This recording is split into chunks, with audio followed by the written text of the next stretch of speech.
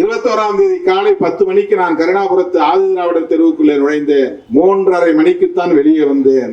அவ்வளவு வீடுகளிலும் போய் பாதிக்கப்பட்டவர்களை சந்தித்து ஒவ்வொரு இடத்திலும் அமர்ந்து என்ன நடந்தது என்று கேட்டு அவர்களை ஆற்றுப்படுத்தி விட்டு வந்தேன். கருணாபுரத்தில் நுழைந்தவுடனேயே முதல் வீடு சுப்பிரமணியன் வீடு. சுப்பிரமணியன் யார் என்றால் அவர் ஒரு உடையார் சமூகத்தை சார்ந்தவர்.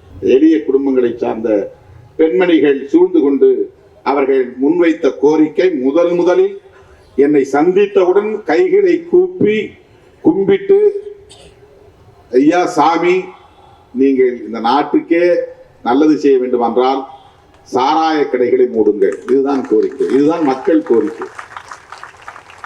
கள்ளச்சாராயத்தை ஒழியுங்கள் என்பது மக்கள் கோரிக்கை அல்ல, சாராய கடைகளை மூடுங்கள் என்பதுதான் மக்கள் கோரிக்கை. முதலில் இறந்தவர்கள் சுரேஷ் பிரவீன். சுரேஷ் என்கிற ஒரு இளைஞன், அவன் இறந்ததும் வழக்கமாக குடிக்கிறவன், ஏதோ காரணத்தால் இறந்து விட்டான் என்றுதான் அவர்கள் நினைத்தார்கள். அவனுடைய குடும்பத்தை சார்ந்தவனே பிரவீன், அவனும் குடிப்பழக்கம் உள்ளவன், அதனால் ஏதோ காரணத்தால் இறந்து விட்டான். ஏதோ காரணத்தால் குடிக்கிற பழக்கம் உள்ளவன், அதனால் ஏதோ உடலை கெடுத்து, கல்லீரலை கெடுத்து, உடல் உள்ளுறுப்புகளை கெடுத்து விட்டது போலும், அதனால் அவன் இறந்து விட்டான் என்று கருதினார்களே தவிர அவர்களுக்கு யாருக்கும் அந்த சாராயத்தில் மெத்தனால் என்ற ஒரு நஞ்சு கலந்திருக்கிறது என்பது தெரியாதவர்களுக்கு. அந்த 2 பேர் இறந்த உடனேயே மாவட்ட ஆட்சித்தலைவர் சொன்னது ஏதோ வயிற்றுப்போக்கின் காரணமாக இறந்தார்கள். ஏன்னா யாருக்கும் தெரியாது, மாவட்ட ஆட்சியருக்கும் தெரியாது. ஓமத்தண்ணி மாதிரி தான், அதுவும் கலர்லெஸ். அதுல கலர் இருக்காது. ஒரு மஞ்சளா இருந்திருக்கு அல்லது வேற மாதிரி ஏதாவது கலரா இருக்க, வெறும் அப்படியே தண்ணி, தேங்காய் தண்ணி மாதிரி சொல்லுவாங்களா, அப்படி இருந்துச்சு தண்ணி. நான் அதை பார்த்தேன். அந்த பாக்கெட்லாம் தூக்கி போட்டிருந்தாங்க. பாக்கெட் தூக்கி போட்ட பாக்கெட்டை எடுத்து பார்த்தா அதுல கொஞ்சம் மிச்சம் இருந்த இந்த சாராயத்தை பார்த்தேன். அப்படியே கிளியரா இருக்கு, எந்த கலரும் கிடையாது. அதுல வாங்கிட்டு வந்து வீட்டுல வச்சுட்டு சாயந்தரம் குடிக்கிறவங்க இருக்கிறாங்க, இரவு குடிக்கிறவங்க இருக்கிறாங்க, அடுத்த நாள் குடிக்கிறவங்க இருக்கிறாங்க. எத்தனை மணிக்கு இந்த வியாபாரம் தொடங்குகிறது? அதிகாலை 4:30 மணிக்கே தொடங்குகிறது. இந்த வியாபாரம் அதிகாலை 4:30 மணிக்கு பிரம்ம முகூர்த்தத்திலே தொடங்குகிறது. 5 மணிக்கு இப்படி போய் குடிக்கிறாங்க. எழுந்து முகம் கழுவணும், தண்ணி எடுத்து வாய்க்கு குளிக்கணும், அப்புறம் ஒரு டம்ளர் தண்ணி குடிக்கணும். இதுதான் வழக்கமா நாம செய்யக்கூடிய வேலை. ஆனால் அவர்கள் எழுந்து வாய்க்கு பிடிப்பதே சாராயத்தில் தான் கொப்படிக்கிறார். அப்படி மூளையை கடிச்சு வாயில பிடிச்சி ஊத்திட்டு மிச்சத்தை குடிச்சிருது. சாராயம்னு கேட்கறதுல மூளை கடிச்சா இருக்கா அப்படின்னு தான் கேட்கறாங்க. மூளை கடிச்சா கிடைக்குமா? மூளை கடிச்சான்னா அந்த பாக்கெட்ல 2 பக்கம் மூளை இருக்கு இல்லையா, மேல பிடிச்சி கட்டிடுறாங்க. இந்த பக்கம் ஒரு கார்னர், இந்த பக்கம் ஒரு கார்னர். ஏதாவது ஒரு மூளையை கடிச்சிட்டு அப்படியே குடிச்சிருது சார், அவ்வளவுதான். மிச்சம் இருந்தா கூட தூக்கி போட்டு போயிடுது. இதெல்லாம் அந்த 2 நாள் நான் களத்திலே நின்று மக்களை சந்தித்த போது கிடைத்த தகவல்கள். இந்த நாளில் இந்த ஆர்ப்பாட்டத்தை நாம் அறிவிக்கக்கூடிய அளவுக்கு ஒரு நெருக்கடிக்கு ஆளாகி இருக்கிறோம்.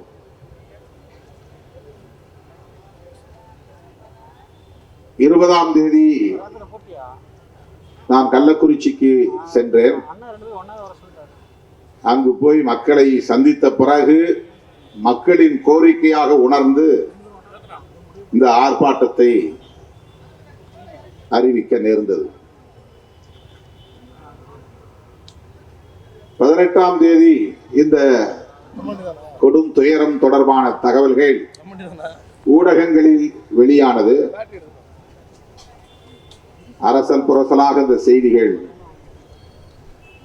வந்து கொண்டிருந்தன. 19ஆம் தேதி தான் தீவிரமடைந்தது. எதிர்கட்சிகளை சார்ந்தவர்கள் எல்லாம் உடனே களத்துக்கு போய்விட்டார்கள்.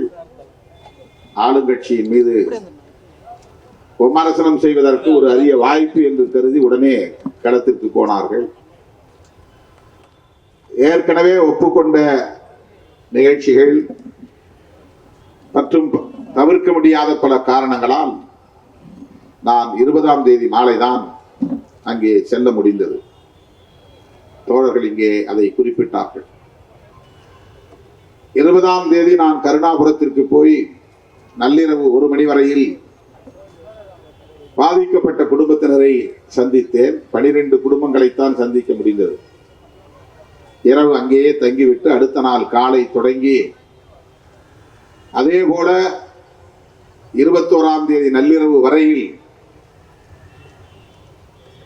கள்ளக்குறிச்சியை சுற்றியுள்ள பாதிக்கப்பட்ட கிராமங்களுக்கெல்லாம் சென்று பாதிக்கப்பட்ட மக்களை எல்லாம் சந்தித்து ஆறுதல் சொல்லிவிட்டு சென்னைக்கு திரும்பினேன். ஏறத்தாழ 57 குடும்பங்களை சந்தித்தோம். பாதிக்கப்பட்டவர்கள் அனைவரும் தலித்துகள். ஆதி திராவிடர்கள் என்று சொல்லப்படுகிறது. பாதிக்கப்பட்டவர்கள் அனைவரும் எளிய மக்கள், உழைக்கும் தொழிலாளர்கள் என்றுதான் புரிந்து கொள்ள வேண்டும். காட்டுநாயக்கர் சமூகத்தை சார்ந்த 12 குடும்பத்தினர் உயிர் பலி ஆகியிருக்கிறார்கள். வன்னியர் சமூகத்தை சார்ந்தவர்கள் 10க்கும் மேற்பட்டவர்கள் பலியாகியிருக்கிறார்கள். 15. மாதவச்சேரின்னு ஒரு கிராமம் கள்ளக்குறிச்சியிலிருந்து 30 கிலோமீட்டருக்கு அப்பால் இருக்கிறது. அந்த ஊருக்கு செல்லுகிற வழியிலே தேவபாண்டலம், அந்த ஊரில் ஒருவர் இறந்து போனார். அவர் ஒரு இஸ்லாமிய சகோதரர், அன்வர் பாஷா என்று ஒரு எளிய குடும்பத்தை சார்ந்தவர். அதற்கு அடுத்த கிராமம் சேஷ சமுத்திரம் என்ற ஒரு கிராமம். அங்கே 2 பேர் இறந்து விட்டார்கள். ஒரு குடும்பம் தான் அங்கே இருக்கிறது, இன்னொரு குடும்பம் யாருமே இல்லை, இறந்து போனார்கள். உறவினர்கள் வந்தார்கள், அடக்கம் செய்துவிட்டு போய்விட்டார்கள். அந்த ஊரில் யாரும் இல்லை. அந்த 2 பேருமே வன்னியர் சமூகத்தை சார்ந்தவர்கள். அந்த குடும்பத்தை, ஒரு குடும்பத்தை மட்டும் சந்தித்து ஆறுதல் சொல்லிவிட்டு திரும்பினோம். மாதவச்சேரி என்கிற கிராமத்தில் 6 பேர் உயிரிழந்திருக்கிறார்கள். 6 பேரும் வன்னியர் சமூகத்தை சார்ந்த ஏழை மக்கள். 6 பேரும். அதில் முதலில் இறந்தவர் பெயர் ஜெயமுருகன்.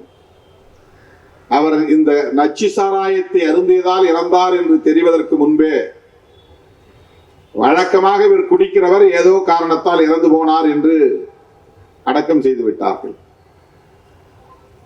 அவருக்கு அந்த 10 லட்சம் ரூபாய் இழப்பீடே கிடைக்குமா என்ற ஒரு கேள்விக்குறி. ஏனென்றால் அது பற்றிய தகவல்கள் வெளிவருவதற்கு முன்பே அவர் அடக்கம் செய்யப்பட்டு விட்ட காரணத்தினால் அந்த வழக்கு இது நச்சு சாராயத்தால் பலியானவர் என்கிற வழக்காக பதிவாகவில்லை. போஸ்ட்மார்ட்டம் செய்யப்படவில்லை, பிணக்கூர் ஆய்வு செய்யப்படவில்லை. அதே போல அந்த ஊரிலே இன்னொருவர் இளையராஜா, அவருடைய உடலும் அப்படித்தான். இன்னொருவர் நாராயணசாமி, அவரும் அப்படித்தான். இன்னொருவர் கண்ணன், அவருடைய உடல் 2-3 நாட்கள் மருத்துவமனையிலே இருந்து போஸ்ட்மார்ட்டம் செய்து அடக்கம் செய்திருக்கிறார்கள். ஆனால் அதுவும் அந்த வழக்கு பட்டியலில் இடம்பெறவில்லை. ஆகவே அந்த குடும்பத்தினருக்கெல்லாம் இந்த 10 லட்சம் ரூபாய் கிடைக்குமா என்ற கேள்வி. இந்த 6 குடும்பத்தினரையும் நான் அவர்களின் இல்லம் தேடி போய் சந்தித்து ஆறுதல் சொல்லிவிட்டு வந்தேன். அதன் பிறகு மறுபடியும் கள்ளக்குறிச்சிக்கு வந்து கோட்டைமேடு பகுதியிலே பாதிக்கப்பட்டவர்கள் 2 பேர். ஒரு குடும்பம் நாடார் குடும்பம், தகவலுக்காக சொல்லுகிறேன். இன்னொரு குடும்பம் வன்னியர் குடும்பம். ஏழை எளிய குடும்பத்தை சார்ந்த உழைக்கும் தொழிலாளர்கள், மூட்டை தூக்கும் தொழிலாளர்கள், அன்றாடம் கூலி வேலைக்கு செல்லக்கூடிய எளிய மக்கள் அவர்கள். அதன் பிறகு மாமந்தூரை முடித்துக் கொண்டு கரியப்பா நகரை முடித்துக் கொண்டு பொற்படாக்குறிச்சி என்ற ஊரிலே போய் அன்றைக்கு இரவு முடிக்கிறோம். 21ஆம் தேதி காலை 10 மணிக்கு நான் கருணாபுரத்து ஆதி திராவிடர் தெருவுக்குள்ளே நுழைந்தேன். 3:30 மணிக்குத்தான் வெளியே வந்தேன். அவ்வளவு வீடுகளிலும் போய் பாதிக்கப்பட்டவர்களை சந்தித்து ஒவ்வொரு இடத்திலும் அமர்ந்து என்ன நடந்தது என்று கேட்டு அவர்களை ஆற்றுப்படுத்தி விட்டு வந்தேன். கருணாபுரத்தில் நுழைந்தவுடனேயே முதல் வீடு சுப்பிரமணியன் வீடு. சுப்பிரமணியன் யார் என்றால் அவர் ஒரு உடையார் சமூகத்தை சார்ந்தவர். எளிய குடும்பங்களை சார்ந்த பெண்மணிகள் சூழ்ந்து கொண்டு அவர்கள் முன்வைத்த கோரிக்கை, முதலில் என்னை சந்தித்தவுடன் கைகளை கூப்பி கும்பிட்டு, ஐயா சாமி, நீங்கள் இந்த நாட்டுக்கே நல்லது செய்ய வேண்டும் என்றால் சாராய கடைகளை மூடுங்கள். இதுதான் கோரிக்கை, இதுதான் மக்கள் கோரிக்கை. கள்ளச்சாராயத்தை ஒழியுங்கள் என்பது மக்கள் கோரிக்கை அல்ல. சாராய கடைகளை மூடுங்கள் என்பதுதான் மக்கள் கோரிக்கை. அதனால்தான் சிறுத்தைகளின் போராட்டம் இங்கே அறிவிக்கப்பட்டது. அதை மறந்துவிடக் கூடாது. அந்த முதல் வீடு, கருணாபுரத்திற்குள்ளே நுழைகிற முதல் வீடு சுப்பிரமணியன். அவரும் ஒரு மூட்டை தூக்கும் தொழிலாளி தான். நூர் பாஷா என்று ஒரு மாற்றுத்திறனாளி. அவருடைய மனைவியை, குடும்பத்தினரை சந்தித்தோம். 90 வயது இருக்கும் அந்த தாய், அவருடைய மாமியார். எலும்பும் தோலும் தான், அப்படியே ஒரு எலும்பு கூடு படுத்து கிடப்பது போல் படுத்து கிடக்கிறது. அந்த அம்மையார் படுத்திருந்தார். தனூர் பாஷாவுக்கு குழந்தை இல்லை. இடுப்புக்கு கீழே செயலிழந்த நிலை அவருக்கு. அந்த அம்மாவினுடைய தொழில் பூ கட்டி தருவது, மாலை கட்டி தருவது. அதாவது பூ வியாபாரம் அல்ல, வியாபாரம் செய்கிறவர்களுக்கு மாலை கட்டி தருகிற தொழில். பூ வியாபாரம் செய்வதற்கு ஒரு முதலீடு தேவை. அது கூட இல்லாத நிலையில் பூ வியாபாரம் செய்கிறவர்களுக்கு மல்லிப்பூவாக இருந்தாலும், சாமந்தி பூவாக இருந்தாலும், அல்லது பல பூக்களை இணைக்கிற மாலையாக இருந்தாலும், அந்த மாலைகளை எல்லாம் கட்டி தந்தால் அதற்கு ஒரு கூலி. அதுதான் அந்த குடும்பத்திற்கான வருமானம். அவர் மாற்றுத்திறனாளி என்று பதிவு செய்திருப்பதனால் மாதம் 1500 ரூபாய் அவருக்கு அரசு உதவி கிடைக்கிறது. அந்த 1500 ரூபாயோடு இவர் பூ கட்டி அதன் மூலம் கிடைக்கிற வருமானத்தை கொண்டு தனக்கும், தன்னுடைய கணவருக்கும், தன்னுடைய மாமியாருக்கும் ஒவ்வொரு நாளும் அவர் உணவு ஏற்பாடு செய்ய வேண்டும், சமைத்து தர வேண்டும், இந்த குடும்பத்தை பார்த்து கொள்ள வேண்டும். முதலில் இறந்தவர்கள் சுரேஷ் பிரவீன். சுரேஷ் என்கிற ஒரு இளைஞன். அவன் இறந்ததும் வழக்கமாக குடிக்கிறவன், ஏதோ காரணத்தால் இறந்து விட்டான் என்றுதான் அவர்கள் நினைத்தார்கள். அவனுடைய குடும்பத்தை சார்ந்தவனே பிரவீன். அவனும் குடிப்பழக்கம் உள்ளவன், அதனால் ஏதோ காரணத்தால் இறந்து விட்டான். ஏதோ காரணத்தால் குடிக்கிற பழக்கம் உள்ளவன், அதனால் ஏதோ உடலை கெடுத்து, கல்லீரலை கெடுத்து, உடல் உள்ளுறுப்புகளை கெடுத்து விட்டது போலும், அதனால் அவன் இறந்து விட்டான் என்று கருதினார்களே தவிர அவர்களுக்கு யாருக்கும் அந்த சாராயத்தில் மெத்தனால் என்ற ஒரு நஞ்சு கலந்திருக்கிறது என்பது தெரியாது அவர்களுக்கு. அந்த 2 பேர் இறந்த உடனேயே மாவட்ட ஆட்சித்தலைவர் சொன்னது ஏதோ வயிற்றுப்போக்கின் காரணமாக இறந்தார்கள். ஏன்னா யாருக்கும் தெரியாது, மாவட்ட ஆட்சியருக்கும் தெரியாது. சாராயத்தை குடித்ததனால் அந்த சாராயத்தில் கலந்திருந்த நஞ்சுதான் இந்த சாவுக்கு காரணம் என்று உணர்வதற்கு, அறிவதற்கு முன்னரே கலெக்டரும் ஒரு ஸ்டேட்மெண்ட் கொடுக்க வேண்டிய நிலைக்கு ஆளாகி இருக்கிறார். இப்படி ஒவ்வொரு வீட்டுக்குள்ளேயும் போனேன். இதுல ஒரு பெரிய வருத்தத்திற்குரிய ஒரு நிகழ்வு என்னவென்றால், இன்னொரு சுரேஷ்,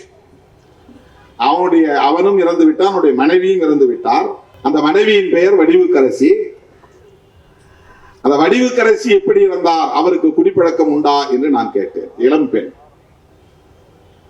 காட்டுநாயக்கர் தெருவிலே சாரதாவுக்கு, இந்திராவுக்கு குடிப்பழக்கம் இருக்கிறது. 5:30 மணிக்கே எழுந்து போய் குடித்திருக்கிறார் என்று குடும்பத்தை சார்ந்தவர்களே சொல்லுகிறார்கள்.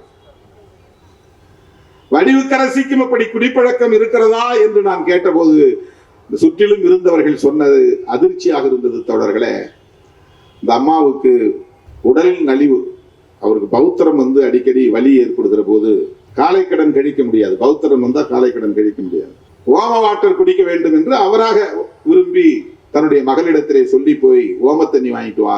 அந்த பெண்ணு வெளியே போயிருச்சு ஓம தண்ணி வாங்குறது. கணவன் சுரேஷ் 2 பாக்கெட் வாங்கிட்டு வந்து ஒரு பாக்கெட்டை உடைச்சி டம்ளர்ல ஊத்தி குடிச்சிட்டு, அதே பாட்டில் அதே டம்ளர்ல இன்னொரு பாக்கெட்டை ஊத்தி வச்சுட்டு, ஒரு போன் வந்த உடனே போன் எடுத்துட்டு வெளியே போயிடுறாரு. இந்த அம்மா வெளியில இருந்து உள்ள வந்திருக்கிறாங்க. வந்ததும் அந்த டம்ளர்ல தண்ணி இருந்திருக்கு. அது ஓம தண்ணின்னு நினைச்சு எடுத்து குடிச்சிட்டாங்க. நம்ம போய் பொண்ணை வாங்கிட்டு வர சொன்னா அது வாங்கிட்டு வந்து ஊத்தி வச்சிருக்கு போல் இருக்கு, அதை குடிக்கணும், குடிச்சிருக்காங்க. ஓம தண்ணி மாதிரி தான், அதுவும் கலர்லெஸ். அதுல கலர் இருக்காது. ஒரு மஞ்சளா இருந்திருக்கு, அல்லது வேற மாதிரி ஏதாவது கலரா இருக்க, வெறும் அப்படியே தண்ணி, தேங்காய் தண்ணி மாதிரி சொல்லுவாங்களா, அப்படி இருந்துச்சு தண்ணி.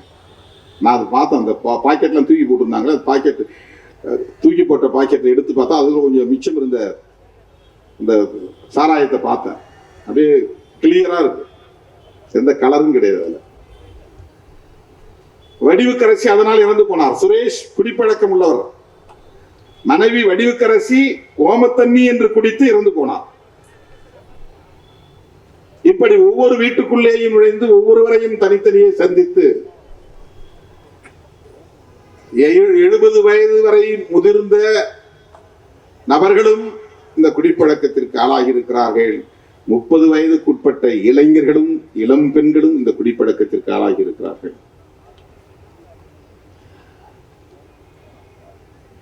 தெரு தெருவாக நடந்து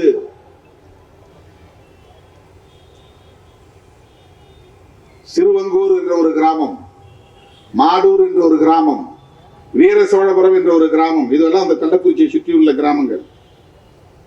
இந்த கிராமங்களில் எல்லாம் போய் பார்த்தேன். ஒவ்வொரு குடும்பத்தினரையும் பார்த்தேன்.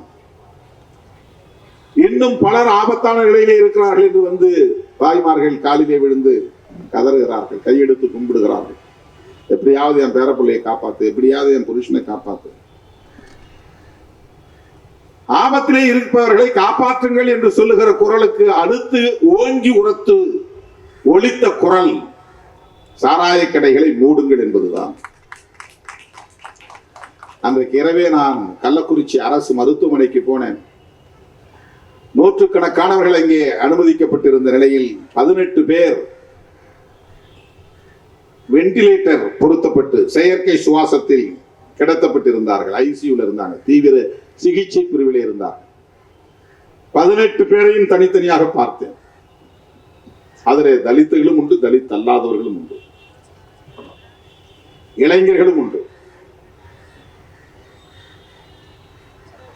பெரும்பாலும் அவ்வளவு பேருமே மூட்டை தூக்கக்கூடிய தொழிலாளர்களாக இருக்கிறார்கள், அல்லது கொத்து வேலை செய்யக்கூடிய தொழிலாளர்களாக இருக்கிறார்கள், ஓட்டுநர்களாக இருக்கிறார்கள், எலக்ட்ரிஷியன் தொழிலை செய்யக்கூடியவர்களாக இருக்கிறார்கள், பிளம்பிங் குடிநீர் பைப்புகளை சரி செய்கிற வேலையை செய்யக்கூடியவர்களாக இருக்கிறார்கள். ஒரு நாளைக்கு 200 ரூபாயிலிருந்து 600 ரூபாய் வரையில் சம்பாதிக்கக்கூடிய வேலைகள். ஏன் இப்படி இவர்கள் குடிக்கிறார்கள் என்று கேட்பதற்கு அவர்கள் சொன்ன காரணம், 60 ரூபாய்க்கு இது கிடைக்குது, ஒரு பாக்கெட் 60 ரூபாய். எவ்வளவு ஒரு பாக்கெட்? எவ்வளவு அளவு இருக்கும்? 200 மில்லி இருக்கும். வாங்கிட்டு வந்து வீட்டுல வச்சுட்டு சாயந்தரம் குடிக்கிறவங்க இருக்கிறாங்க, இரவு குடிக்கிறவங்க இருக்கிறாங்க, அடுத்த நாள் குடிக்கிறவங்க இருக்கிறாங்க. எத்தனை மணிக்கு இந்த வியாபாரம் தொடங்குகிறது? அதிகாலை 4:30 மணிக்கே தொடங்குகிறது. இந்த வியாபாரம் அதிகாலை 4:30 மணிக்கு பிரம்ம முகூர்த்தத்திலே தொடங்குகிறது. 5 மணிக்கு இப்படி போய் குடிக்கிறாங்க. எழுந்து முகம் கழுவணும், தண்ணி எடுத்து வாய்க்கு குளிக்கணும், அப்புறம் ஒரு டம்ளர் தண்ணி குடிக்கணும். இதுதான் வழக்கமா நாம செய்யக்கூடிய வேலை. ஆனால் அவர்கள் எழுந்து வாய்க்கு பிடிப்பதே சாராயத்தில் தான் கொப்படிக்கிறார். அப்படி மூளையை கடிச்சு வாயில பிடிச்சி ஊத்திட்டு மிச்சத்தை குடிச்சிடுறது. சாராயம்னு கேட்கறதுல மூளை கடிச்சா இருக்கா அப்படின்னு தான் கேட்கறாங்க. மூளை கடிச்சா கிடைக்குமா? மூளை கடிச்சான்னா அந்த பாக்கெட்ல 2 பக்கம் மூளை இருக்கு இல்லையா, மேல பிடிச்சி கட்டிடுறாங்க. இந்த பக்கம் ஒரு கார்னர், இந்த பக்கம் ஒரு கார்னர். ஏதாவது ஒரு மூளையை கடிச்சிட்டு அப்படியே குடிச்சிடுறது சார், அவ்வளவுதான். மிச்சம் இருந்தா கூட தூக்கி போட்டு போயிடுது. இதெல்லாம் அந்த 2 நாள் நான் களத்திலே நின்று மக்களை சந்தித்த போது கிடைத்த தகவல்கள். யார் விற்பனை செய்தவன்? கண்ணுக்குட்டி. அவன் பேர் கோவிந்தராஜ். அவனுக்கு பட்ட பெயர் கண்ணுக்குட்டி. அவன் பேட்டி கொடுத்துருக்கான், 25 வருஷமா நான் வியாபாரம் பண்றேன், ஆனா நான் சாராயம் குடிச்சது இல்லைன்னு இருக்கான். அவன் எவ்வளவு பெரிய ஆள் பாருங்க, அவன் எவ்வளவு பெரிய கெட்டிக்காரன் பாருங்க. 25 வருஷமா அந்த தொழில் செய்யறான்னா, 25 வருஷமாவா தமிழ்நாடு முதலமைச்சர் தளபதி ஸ்டாலின் முதலமைச்சரா இருக்கிறாரு? 25 வருஷமா அந்த வியாபாரம் நடக்குது அங்க. 25 வருஷமாவா தொடர்ந்து திமுக ஆட்சியில் இருக்கு? அதல்ல. அதுக்கு பிறகு ஒரு தகவல் கிடைக்குது. என்ன தகவல் கிடைக்குதுன்னா, மாதவச்சேரிக்கு போன பிறகு ஒரு தகவல் கிடைக்குது. மாதவச்சேரியில இறந்து போனவங்க எல்லாம் கருணாபுரம் போய் குடிச்சிட்டு வந்தாங்களான்னு நான் கேட்டேன். இல்ல சார், இங்கே விற்கிறாங்க சார், இப்ப சுடுகாட்டுல வித்துக்கிட்டு இருக்குது, இப்ப வித்துக்கிட்டு இருக்குது. இங்க யாரு கொண்டாந்து விற்கிறாங்க? இங்க ஒரு சின்னதுரைன்னு ஒரு ஆள் இருக்கிறான். அவன் யார்? சேஷசமுத்திரம். அவனை போலீஸ் கைது பண்ணிட்டாங்க. அவன் தலித்தா? இல்லை, அவன் வன்னியர் சமுதாயத்தை சேர்ந்தவன் தான். அவன் தான் இங்க முக்கியமான சப்ளையரு. அவன்கிட்ட இருந்து தான் கண்ணுக்குட்டி வாங்கிட்டு போறான். சின்னதுரைகிட்ட போய் கண்ணுக்குட்டி வாங்கிட்டு கருணாபுரத்துல விற்கிறான். மாதவச்சேரியிலேயே அது கிடைக்கிறது. அந்நிய சமுதாயத்தை சார்ந்த மக்கள் பெரும்பான்மையாக வசிக்கக்கூடிய அந்த கிராமத்தில் பட்டப்பகலில் விற்பனையாகிறது. பல கிராமங்களை சார்ந்தவர்கள் வந்து அங்கே வாங்கி கொண்டு போகிறார்கள். ரீட்டைல் சேல்ஸ் வேற, மொத்தமா வாங்கிட்டு போய் அங்க தனியா சில்லறை விற்பனை. அவன் இப்ப கண்ணுக்குட்டின்னா அதே 60 ரூபாய்க்கு வாங்கி வந்துருக்க மாட்டான். சின்னதரைகிட்ட வாங்கும்போது அவன் 50 ரூபாய்க்கு 55 ரூபாய்க்கு வாங்கிடுவான் ஒரு பாக்கெட். இவன் வந்து இங்க 60 ரூபாய்க்கு விற்கிறான். இப்ப சின்னதுரைக்கு யார் கொடுத்தாங்கிறது தான் முக்கியமானது. அவனே அது தயாரிச்சானா? அப்ப அவன் வந்து இந்த சாராயத்துல மெத்தனால் கலந்துருக்கானா? அந்த மெத்தனால் எங்கிருந்து வந்துச்சு? மெத்தனால் எல்லாராலையும் வாங்க முடியாது. முக்கியமான கெமிக்கல்ஸ் எல்லாம் வந்து ட்ரக்ஸ், இந்த மருந்து, இதெல்லாம் எல்லாராலையும் வாங்க முடியாது. அதுக்கு நிறைய கெடுபிடி இருக்கு, சட்டங்கள், நிறைய கெடுபிடியான சட்டங்கள் இருக்கு, எல்லாராலையும் வாங்க முடியாது. சில முக்கியமான மருந்தெல்லாம் மெடிக்கல்ல போனா உங்களுக்கு கொடுக்க மாட்டாங்க. ஆல்கஹால் மிக்ஸ்டு மெடிசின்ஸ் நிறைய இருக்கு. இன்ஜெக்ஷன் வந்து மெடிக்கல் பர்பஸ் போற இன்ஜெக்ஷனே வந்து ட்ரக்ஸ் தான். அதுக்கு நிறைய பேர் அடிக்ட் ஆகிறவங்களா இருக்கான். பெத்தட்டின்னு ஒரு ஊசி இருக்குது, அதை நீ போய் கேட்டா மெடிக்கல்ல கொடுக்க மாட்டாங்க. அனஸ்டாட்டிக்ஸ், இந்த மயக்க மருந்து ஊசி, மயக்க ஊசி போடுற மருத்துவர்கள்லாம் இருக்காங்க இல்லையா, அவங்க பயன்படுத்துற அந்த இன்ஜெக்ஷன்லாம் நீங்க யாரும் கேட்டு வாங்க முடியாது. கரெக்டா முதுகு தண்டுல போடுவாங்க, உனக்கு மயக்கம் வந்துடும். 3 மணி நேரமோ 6 மணி நேரமோ உனக்கு ஆபரேஷன் பண்றதால நீ மயக்க நிலையிலே இருப்ப, உனக்கு என்னதான் தெரியாது. அந்த மாதிரியான மருந்தை நாம போய் பிரெஸ்கிரிப்ஷன் வாங்கிட்டு போய் கூட வாங்க முடியாது. பிரெஸ்கிரிப்ஷன் கொடுக்க மாட்டாங்க, டாக்டர்ஸ் எழுதி கொடுக்க மாட்டாங்க. மெத்தனால் என்கிற அந்த நச்சு பொருள் அது வந்து ஆல்கஹால் தான். மீத்தைல் ஆல்கஹால் அப்படிங்கிறது தான் மெத்தனால் அப்படின்னு அழைக்கப்படுகிறது. எத்தில் ஆல்கஹால் அப்படிங்கிறது தான் எத்தனால் என்று அழைக்கப்படுகிறது. ஆல்கஹால் அப்படின்னா நாம தமிழ்ல சாராயம் சொல்றோம். சாராயம் சொல்றோம். 100% எத்தில் ஆல்கஹால் இருந்தால் அது எரி சாராயம், ரெக்டிஃபைட் ஸ்பிரிட் அப்படின்னு சொல்லுவாங்க ஆங்கிலத்தில், RS. அது பவுடராகவும் இருக்கும், லிக்விடாகவும் கிடைக்கும், டேங்கரா போய்கிட்டு இருக்கும். பார்மாசிட்டிக்கல் கம்பெனி, மருந்து தயாரிக்கக்கூடிய கம்பெனிகளில் அது அதிகம் பயன்படுத்தப்படும். மது தயாரிக்கப்படுகிற கம்பெனிகளுக்கு அது பயன்படுத்தப்படும்.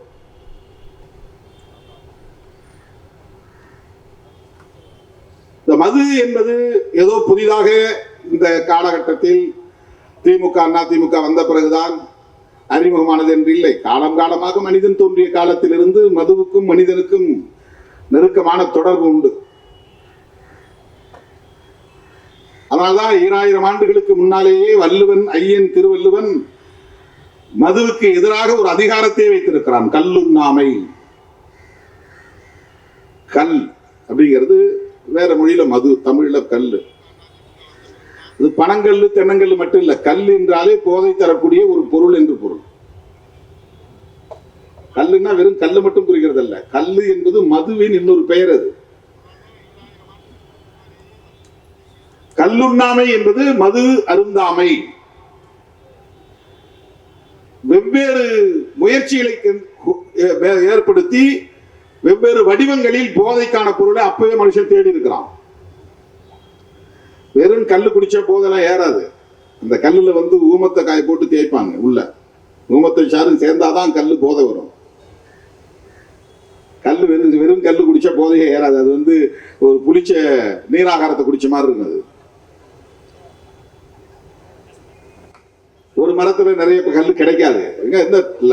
லிட்டரா லட்சக்கணக்கான லிட்டர் தேவைப்படக்கூடிய இடத்துல நீங்க மரத்திலையும் தென்னை மரத்திலையும் கல் இறக்கி எப்படி நீங்க சப்ளை பண்ண முடியும்? பத்தாது.